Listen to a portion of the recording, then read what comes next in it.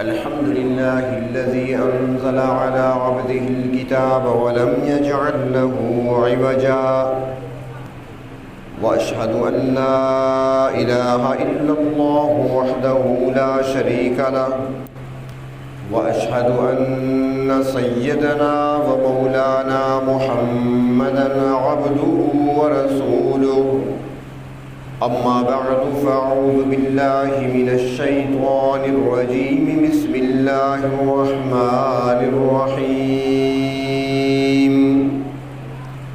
يا أيها الذين آمنوا توبوا إلى الله توبة نصوحا صدق الله مولانا العظيم مولاي صل وسلم دائما أبدا على حبيبك خير الخلق كلهم. قابل احترام بزرگوں اور عزیز دوستوں، اللہ رب العزت نے جو باشعور مخلوق پیدا فرمائی ہے وہ تین قسم کی ہے. ایک قسم کی مخلوق وہ ہے جو سر سے لے کر پاؤں تک اللہ رب العزت کی اطاعت ہی اطاعت کرنے والی ہے، جس سے نافرمانی کا صدور نہیں ہوتا، جس سے غلطی نہیں ہوتی، جس سے کوتاہی نہیں ہوتی. وہ مخلوق پاکیزہ مخلوق اللہ رب العزت کے فرشتے ہیں، ملائکہ ہیں، جس کے بارے میں رب تعالیٰ خود فرماتی ہیں لا یعصون، وہ نافرمانی نہیں کرتے، جو ان کو حکم دیا جاتا ہے وہی بجا لاتے ہیں. دوسری قسم کی مخلوق وہ ہے جس کے اندر شر کا مادہ زیادہ پایا جاتا ہے، خیر بہت کم ہے. وہ مخلوق جنات کی صورت میں اس زمین پر موجود ہے. تیسری مخلوق اللہ رب العزت نے وہ پیدا فرمائی ہے جس میں خیر کا مادہ بھی رکھا گیا اور شر کا مادہ بھی رکھا گیا. نیکیاں بھی کرنے والے ہیں، غلطیاں بھی کرنے والے ہیں، اللہ کو راضی کرنے کے کام بھی کر لیتے ہیں، کبھی اپنے رب کو ناراض بھی کر بیٹھتے ہیں. کبھی وہ اطاعت کا دم بھرتے ہیں تو کبھی نافرمانی اور گناہ بھی ان سے سرزد ہو جاتے ہیں. یہی وہ مخلوق ہے جس کو اللہ رب العزت نے باقی مخلوقات پر برتری اور شرف عطا فرمایا ہے. اسے اشرف المخلوقات کا لقب دیا ہے، جس کو انسان کہتے ہیں کہ اس سے غلطی بھی ہوتی ہے، اس سے کوتاہی بھی ہوتی ہے اور اس سے نیکی بھی ہو جاتی ہے. تو چونکہ انسان کو اللہ رب العزت نے اشرف المخلوقات ہونے کا شرف عطا فرمایا تو اللہ رب العزت نے اس کے اندر نیکی کا مادہ بھی رکھا اور شر کا مادہ بھی رکھا. نیکیاں کرنے کی اس کے اندر صلاحیت بھی موجود ہے اور گناہ کرنے کی استعداد بھی رکھتا ہے. تو یقیناً دنیا میں اس سے غلطیاں بھی ہو جاتی ہیں، کوتاہیاں بھی ہو جاتی ہیں، اپنے رب کی نافرمانی بھی کر بیٹھتا ہے، گناہ بھی کر بیٹھتا ہے. تو اللہ تبارک و تعالی چونکہ اسے ساری مخلوق سے افضل فرماتے ہیں اور اس کے متعلق اللہ تعالیٰ فرماتے ہیں کہ انسان میری وہ مخلوق ہے کہ باقی مخلوق کو میں نے کن کہہ کر پیدا کیا. فرشتوں کی باری آئی تو کن کہا، ان کو پیدا کر دیا. جنات کو کن کہہ کر پیدا کیا. زمین و آسمان کو، چاند سورج ستاروں کو، شجر و حجر کو، دریاؤں سمندروں کو، ہر چیز کو میں نے کن کہہ کر پیدا کیا. لیکن جب انسان کے پیدا کرنے کی باری آئی تو میں نے انسان کو وہ شرف دیا ہے، انسان کو میں نے وہ مقام دیا ہے، انسان کو میں نے وہ مرتبہ دیا ہے کہ میں نے انسان کو کن کہہ کر پیدا نہیں کیا بلکہ اپنے دست قدرت سے انسان کو تیار کیا ہے. تو اس لیے انسان اللہ رب العزت کو بہت پیارا ہے، یہ انسان پروردگار عالم کو بہت محبوب ہے. تو رب تعالیٰ نے اس انسان کے لیے چونکہ اس کے اندر شر کا مادہ موجود ہے، چونکہ برائی کرنے، گناہ کرنے، غلطی کرنے، خطا کرنے کی صلاحیت یہ رکھتا ہے اور اس سے یہ غلطیاں سرزد ہو جاتی ہیں، تو اللہ رب العزت نے ایک خصوصی دروازہ بھی کھلا رکھا ہے کہ جب غلطیاں ہو جائیں، کوتاہیاں ہو جائیں، اس دروازے پر آ کر 2 قطرے تم گرا لیا کرو، تمہاری ساری خطاؤں کو میں صاف کر دیا کروں گا۔ اس لیے فرمایا یا ایھا الذین آمنوا توبوا الی اللہ توبۃ نصوحا۔ ہم دیکھتے ہیں اگر کسی گھر میں آگ لگ جائے، کسی دکان میں آگ لگ جائے تو پورے محلے والے دوڑتے ہیں، سارے دکاندار دوڑ پڑتے ہیں، بازار میں آئے ہوئے لوگ دوڑ پڑتے ہیں، کسی کے ہاتھ میں بالٹی ہے، کسی کے ہاتھ میں لوٹا ہے، کسی کے ہاتھ میں جگ ہے، پانی بھر کر لا رہا ہے، کسی کے ہاتھ ریت لگی ہے، وہ چادر بچھا کر ریت بھر کر لا رہا ہے۔ فائر بریگیڈ والوں کو دعوت دی جاتی ہے، ان کو بلایا جاتا ہے، فون کیے جاتے ہیں، جلدی سے آؤ، فلاں گھر میں آگ لگی ہے، آگ بجھانی ہے، فلاں دکان میں آگ لگی ہے، آگ کو بجھانا ہے، نقصان ہو رہا ہے۔ کسی کی دکان میں آگ لگی، سرمایہ ضائع ہو رہا تھا، ہم سارے پریشان ہوئے۔ کسی کے گھر میں آگ لگی، گھر کا ساز و سامان جلتا ہوا دیکھا، ہم سارے پریشان ہوئے۔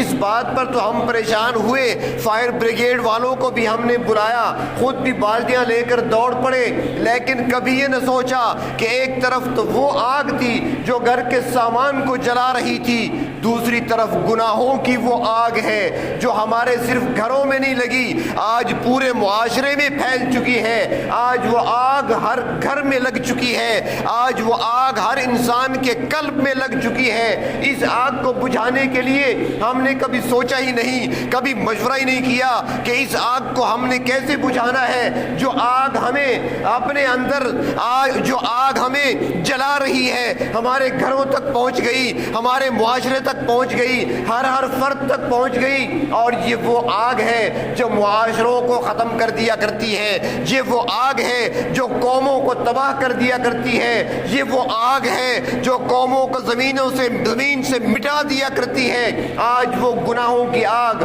آج وہ اللہ کی نافرمانی کی آگ لگی ہوئی ہے، پھیلی ہوئی ہے۔ اور مزے کی بات یہ ہے کہ اس آگ کو بجھانے کے لیے بالٹیاں بھرنے کی بھی ضرورت نہیں ہے، اس آگ کو بجھانے کے لیے پانی لانے کی بھی ضرورت نہیں، اس آگ کو بجھانے کے لیے فائر بریگیڈ کو بلانے کی بھی ضرورت نہیں، اس آگ کو بجھانے کے لیے چیف آف آرمی سٹاف سے اپیل کرنے کی بھی ضرورت نہیں، اس آگ کو بجھانے کے لیے عمران خان کو بھی درخواست دینے کی ضرورت نہیں۔ یہ وہ آگ ہے 2 قطرے گرانے سے بجھ جاتی ہے۔ رب تعالیٰ فرماتے ہیں میرے بندو آؤ نا ذرا، آؤ، میں تمہارا انتظار کر رہا ہوں، میں تمہارا انتظار کر رہا ہوں، مجھے تم بڑے پیارے لگتے ہو، مخلوق کو میں نے کن کہہ کر پیدا کیا، تمہیں تو میں نے اپنے ہاتھوں سے بنایا تھا، اے انسان کیوں مجھے بھول گیا۔ کتنے پیارے انداز میں پروردگار عالم مخاطب کرتے ہیں۔ ذرا دل کو ذرا تھام کر اور ذہن کو ذرا کھول کر اگر آپ قرآن کا مطالعہ کریں، اگر آپ قرآن حکیم کو دیکھیں تو آپ کو نظر آئے گا کتنے پیار سے رب تعالیٰ بلاتے ہیں۔ کبھی کسی ماں نے اتنے پیار سے اپنے بیٹے کو نہیں بلایا ہوگا جس پیار سے رب تعالیٰ اپنے بندوں کو بلاتے ہیں۔ ما غرک بربک الکریم، کس چیز نے تجھے اپنے کریم رب سے دھوکے میں ڈال رکھا ہے؟ کتنا پیارا جملہ، اپنے کریم رب سے کس نے تمہیں دھوکے میں ڈال رکھا ہے؟ آگے دیکھیں پھر شکوہ ہے، میں ترجمہ نہیں کر رہا، خیال کرنا فتویٰ نہ لگا دینا، بہت سارے علماء حضرات بھی بیٹھے ہوتی ہیں، میں ترجمہ نہیں کر رہا، ہماری تفسیر جو چلتی ہے اس میں ترجمہ ہوتا ہے، یہاں پر چونکہ ایک خطیبانہ بات ہو رہی ہے اس انداز سے بات کر رہا ہوں، سمجھے بات کو۔ ما غرک بربک الکریم، کس چیز نے تمہیں اپنے کریم رب سے دھوکے میں ڈال رکھا ہے؟ آگے شکوہ کیا ہے؟ میں نے پہلے عرض کیا نا، یہ ترجمہ نہیں کر رہا ہوں، مفہوم عرض کر رہا ہوں، خلاصہ عرض کر رہا ہوں۔ شکوہ ہے کیا میں نے تمہیں پیدا نہیں کیا؟ کیا میں نے تمہیں وجود نہیں دیا؟ کیا میں نے تمہیں خوبصورت انسان نہیں بنایا؟ ذرا شیشہ اٹھا کر دیکھو، تمہاری ناک کی خوبصورتی، تمہارے کانوں کی بناوٹ، تمہارے آنکھوں کی چمک، تمہاری زبان کی بناوٹ، تمہاری زبان میں قوت گویائی، تمہارے ہونٹوں کا بننا، تمہارے چہرے کا سنورنا، کیا یہ میں نے نہیں بنایا تھا؟ کیا میں نے نہیں سنوارا تھا؟ کیا تمہیں وجود میں نے نہیں دیا تھا؟ کیا تمہارا وجود بنا کر تمہیں ماں کے پیٹ کے اندر ایک خوبصورت شکل و صورت میں نے نہیں دی تھی؟ جب یہ سب کچھ میں نے دیا تھا تو آج مجھے کیوں بھول گئے؟ آج مجھے کیوں بھول گئے؟ آج اس کریم رب سے کس چیز نے تمہیں دھوکے میں ڈال رکھا ہے؟ مہربان اتنے کہ ایک جگہ فرمایا قل یا عبادی الذین اسرفوا علی انفسہم. بڑی عجیب بات ہے، کتنا پیار ہے بندوں سے. یہاں پر اپنے محبوب کو حکم دیا جا رہا ہے، میرے محبوب ان سے کہہ دیں، ان کو بتا دیں، ان کو سمجھا دیں، ان کو سکھا دیں، ان کو پڑھا دیں، ان کو بتا دیں. قل، کیا بتاؤں؟ اب بتانے کی بات ہے نا. اب مثلا میں کوئی پیغام دینا چاہتا ہوں، قاری صاحب سے کہتا ہوں کہ قاری صاحب ان کو بتا دیں، تو پھر یہ جب بتائیں گے تو کیا کہیں گے کہ قاری صاحب نے یہ کہا ہے، یہ کہیں گے نا. ایک بتانے کا طریقہ ہے نا. میں ان سے کہوں گا کہ آپ ان کو میری طرف سے کہہ دیں، اور پھر جب یہ کہیں گے تو پھر یہ کہیں گے کہ قاری صاحب نے یہ کہا ہے. لیکن اللہ تعالیٰ کو کتنا پیار ہے بندوں سے. کیا فرماتی ہے؟ قل، میرے پیغمبر آپ بتا دیں.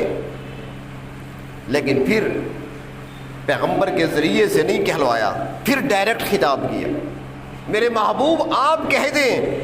اللہ کیا کہہ دوں؟ پھر اللہ نے خود مخاطب کیا، یعنی آپ میری طرف متوجہ کر دیں، بات میں خود کروں گا. آپ میری طرف ہو. قاری صاحب سے کہتا ہوں میں، قاری صاحب ذرا ان کو میری طرف متوجہ کریں. جب وہ آپ کو میری طرف متوجہ کرے گا تو بات میں خود ہی کروں گا، ان کے ذریعے سے بات نہیں کروں گا. اس کے اندر بڑی اس بات کے اندر بڑی ایک وقت ہوتی ہے، بڑا وزن ہوتا ہے. جب انسان کسی اور کے ذریعے سے بات کہلوائے وہ بات، اور ایک بات انسان خود کرے، بڑا فرق ہے اس کے اندر. جو خود کی جاتی ہے بات، اس میں بڑا وزن ہوتا ہے. اللہ تعالیٰ فرماتے ہیں قل، میرے پیغمبر کہہ دیجئے. کہنے کی جب باری آئی تو فرمایا یا عبادی الذین اسرفوا علی انفسہم. محبوب کہہ دیں، لیکن پھر محبوب سے کہا نہیں، خود خطاب کیا. اے میرے وہ بندو جو اپنی جانوں پر ظلم کر چکے ہو، گناہ کر کر کے، غلطیاں کر کر کے اپنے آپ پر ظلم کر چکے ہو، کسی اور پر ظلم نہیں کیا. نافرمانی میرے کرتے رہے، ظلم اپنے آپ پہ کرتے رہے. گناہ تم کرتے رہے، ظلم اپنے آپ پہ کرتے رہے. غلطیاں تم کرتے رہے، ظلم اپنے آپ پہ کرتے رہے ہو. یہ ظلم تم کر چکے ہو. آگے کیا فرمایا؟ لا تقنطوا من رحمت اللہ. نا امید نہ ہو جانا. غلطیاں تو بہت کر لی ہے تم نے، گناہ تو بہت کر لیے تم نے، میری نافرمانی تو بہت کر لی تم نے، میرے احکامات کو تو بہت توڑا ہے تم نے، لیکن پھر بھی نا امید نہ ہو جانا، مایوس نہ ہو جانا.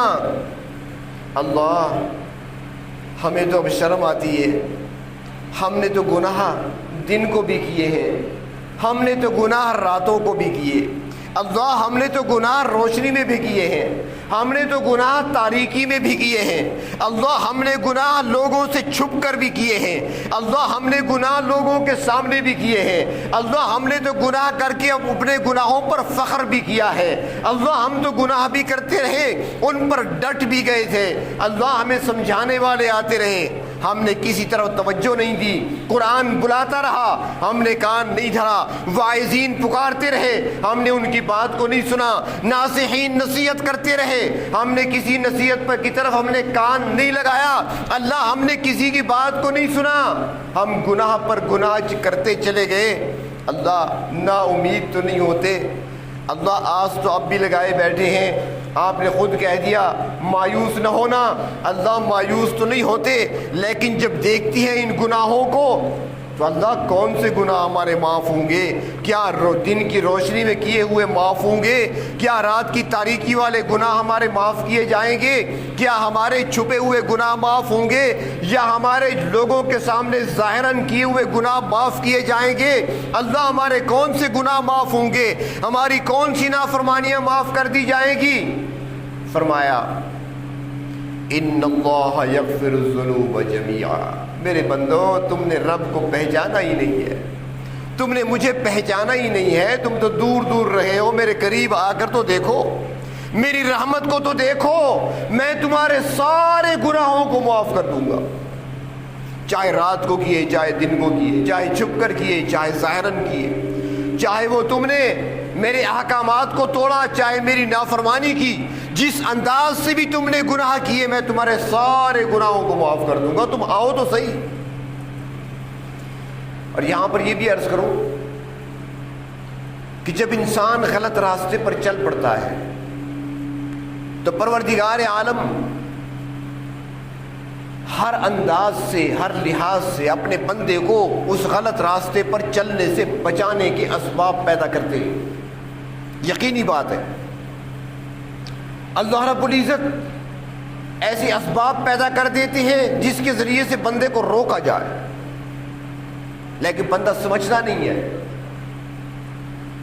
پہلے انبیاء علیہ السلام ہوا کرتے تھے، ایک کے بعد دوسرا نبی، دوسرے کے بعد تیسرا نبی، نبی اکرم صلی اللہ علیہ وسلم پر نبوت کا دروازہ تو بند ہو گیا، اب ورثاء ہیں، اللہ کے نبی کے وارث ہیں، علماء ہیں، واعظین ہیں، ناصحین ہیں، نصیحت کرنے والے، واعظ کرنے والے، سمجھانے والے، مبلغ، تبلیغ کرنے والے، علماء صلحاء، سمجھانے والے۔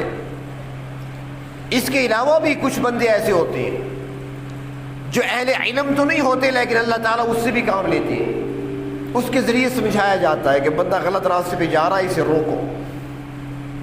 اب روکنے والا خود یہ نہیں جانتا کہ میں کیوں کر رہا ہوں، یہ اس سے کام لیا جا رہا ہوتا ہے، وہ خود کر نہیں رہا ہوتا، اس سے یہ کام لیا جا رہا ہے اس بندے کو روکنے کے لیے۔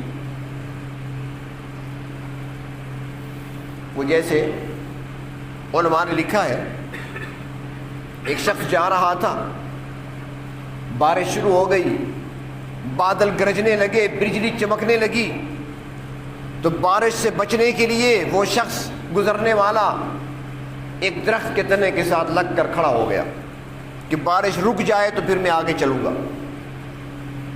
وہ تنے کے ساتھ لگا ہوا کھڑا تھا کہ ایک شخص وہاں سے گزرا، اس نے اسے کہا بھائی یہ کہاں کھڑے ہو، ہٹ جاؤ درخت سے، ہم بھی جا رہے ہیں تمہارے ساتھ، چلو کہیں اور جا کر بارش سے بچنے کی کوشش کرو، یہ درخت کے ساتھ کھڑے ہو، یہاں خطرہ ہے، بجلی گرے گی، ہلاک ہو جاؤ گے۔ وہ کہنے لگا مجھے اپنے رب کی ذات پر بڑا بھروسہ ہے، رب تعالیٰ مجھے بچائے گا، میں تو اللہ تعالیٰ کی ذات پر توکل رکھتا ہوں، اللہ تعالیٰ مجھے ضائع نہیں کریں گے، میں کھڑا ہوں یہاں پہ۔ بتانے والا، کہنے والا چلا گیا۔ دوسرا شخص وہاں سے گزرا، اس نے جب دیکھا اس نے کہا بھائی یہاں کیوں کھڑے ہو، بجلی گرے گی، مارے جاؤ گے۔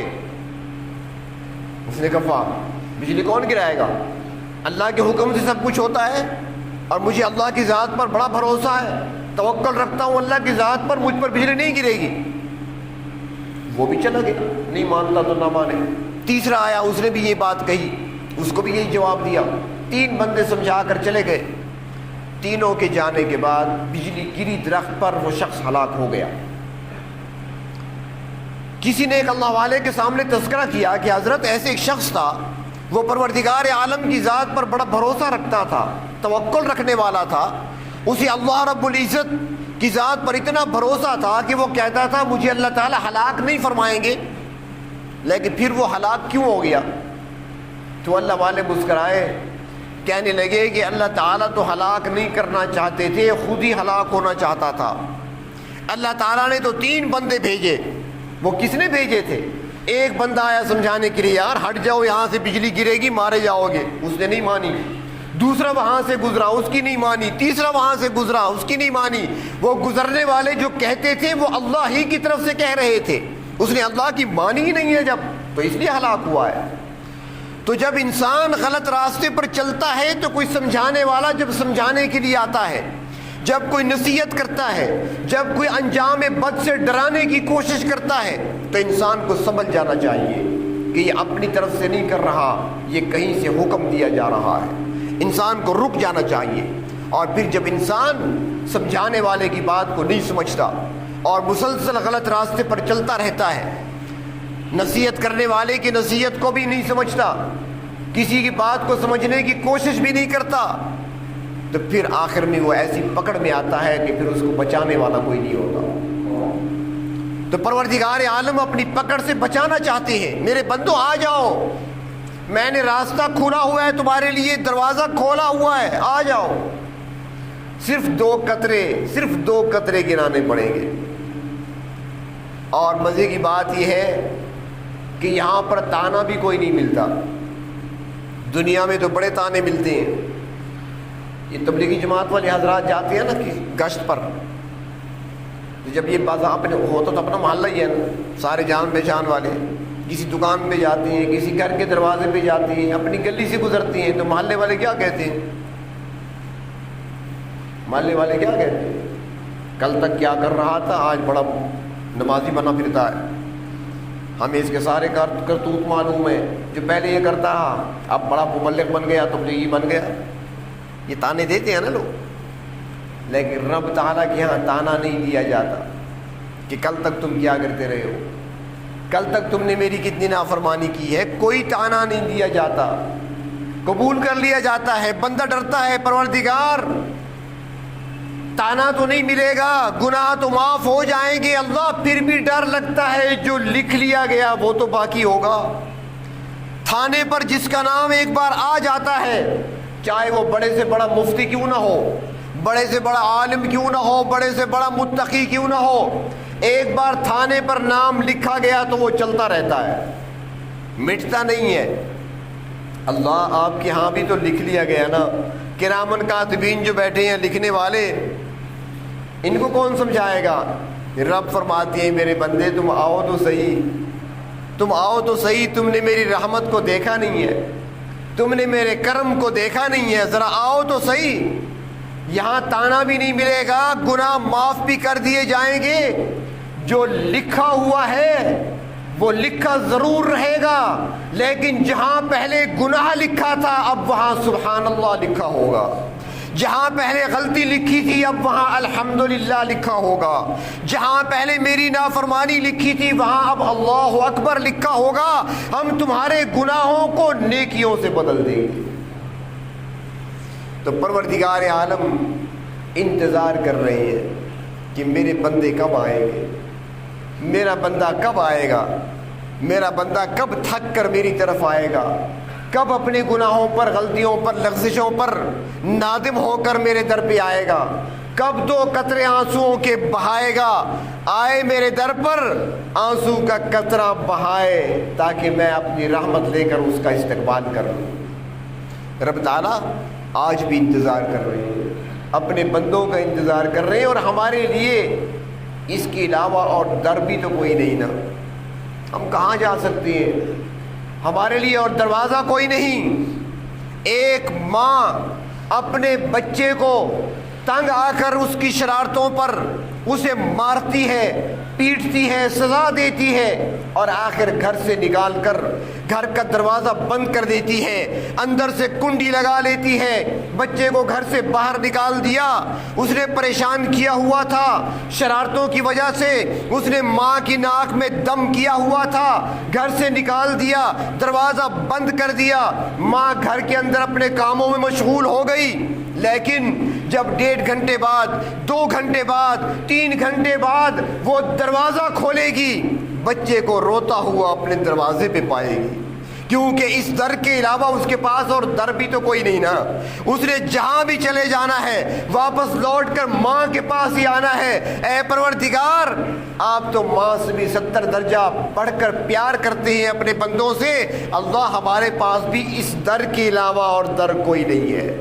ماں بھی بچے کو بھگا دیتی ہے، سزا دیتی ہے، نکال دیتی ہے، لیکن جب دروازہ کھولتی ہے، بچے کو دروازے پہ دیکھتی ہے، اس کی آنکھوں میں آنسو دیکھتی ہے، ماں برداشت نہیں کر سکتی، اپنے بچے کو سینے سے لگا لیا کرتی ہے۔ پروردگار آپ ماں سے 70 درجے بڑھ کر محبت کرتے ہیں اپنے بندوں سے، آج ہم بھی نماز کے بعد دامن پھیلانے والے ہیں، اللہ اپنی رحمت بھیج کر ہمیں بھی آج اپنی رحمت کے دامن میں چھپا لیجئے۔ توبہ کی نیت سے دل کے اندر اخلاص پیدا کریں۔ توبہ کیا ہے؟ سب سے پہلے شرک و بدعت سے توبہ کریں، سب سے پہلے کفر سے توبہ، شرک سے توبہ، بدعت سے توبہ، اللہ نہیں کریں گے۔ عاملوں کی باتوں پر یقین، کہیں نا یہ کیسی توبہ ہے آپ کی؟ عاملوں کی باتوں پہ یقین، سچی بات پہ کر لیا کرے۔ یہ جھوٹی باتیں جو کہتے ہیں میں جبریل امین کو حاضر کر سکتا ہوں، انا للہ و انا الیہ راجعون، ایسے عاملوں کی باتیں جن کے پاس جاتے ہیں، ہاں جی بتاؤ مجھ پر کس نے تعویذ کی ہے، وہ حساب کر کے آپ کے دائیں طرف مکان ہے، اس کی دیوار کچی ہے، اس کی پرلی طرف بھینس کھڑی ہے، وہاں گدھا کھڑا ہے، وہاں کتا بیٹھا ہے، اس مکان میں آپ کا دشمن رہتا ہے، اس نے آپ پہ تعویذ کی ہے، آؤ بھائی۔ اب دائیں طرف مکان بھی ہوگا، کچی دیوار بھی ہوگی، کسی کے گھر میں بھینس بھی ہوگی، آپ کی اپنی چچا سے لڑائی ہو گئی، اپنی پھوپھی سے لڑائی ہو گئی، اس نے مجھ پر تعویذ کرائی ہے، یہ باتیں نہیں مانیں گے۔ دلوں کو صاف کرنا، دل کو کینہ اور بغض سے صاف کرنا، جس دل میں کینہ ہوگا، بغض ہوگا، اس کی توبہ قبول نہیں ہوتی۔ شرک سے، کفر سے توبہ کرنا، بدعت سے توبہ کرنا، اپنے دلوں کو اللہ کی مخلوق، اللہ کے بندوں سے، اللہ کے بندوں کے بغض اور کینے سے اپنے دلوں کو صاف کرنا، اور جتنی بھی اللہ کی نافرمانی کر چکے، گناہ چھوٹے کیے یا بڑے کیے، چھپ کر کیے یا ظاہر کیے، ان گناہوں سے توبہ کرنا۔ اور توبہ کی ہے کہ جو کر لیے ہیں وہ تو کر لیے ہیں نا، اس پر معافی مانگنی ہے، لیکن آئندہ نہ کرنے کا عزم کرنا۔ اگر دل میں یہ نیت ہو کہ گناہ ہوتے رہیں گے، توبہ کرتا رہوں گا، اللہ معاف کرنے والے ہیں، تو پھر توبہ قبول نہیں ہوتی۔ یعنی کہ توبہ کے ارادے سے اور توبہ کی نیت سے گناہ کرنا، پھر وہ توبہ ہی قبول نہیں ہوتی۔ توبہ کے لیے شرط ہے عزم رکھنا پہلے سے پختہ کہ آئندہ یہ جرم نہیں کروں گا، آئندہ یہ گناہ نہیں کروں گا، یہ عزم رکھ کر توبہ کرنا۔ تو اللہ تبارک و تعالی ہمیں پکی سچی توبہ کرنے کی توفیق عطا فرمائے۔ وآخر دعوانا الحمدللہ۔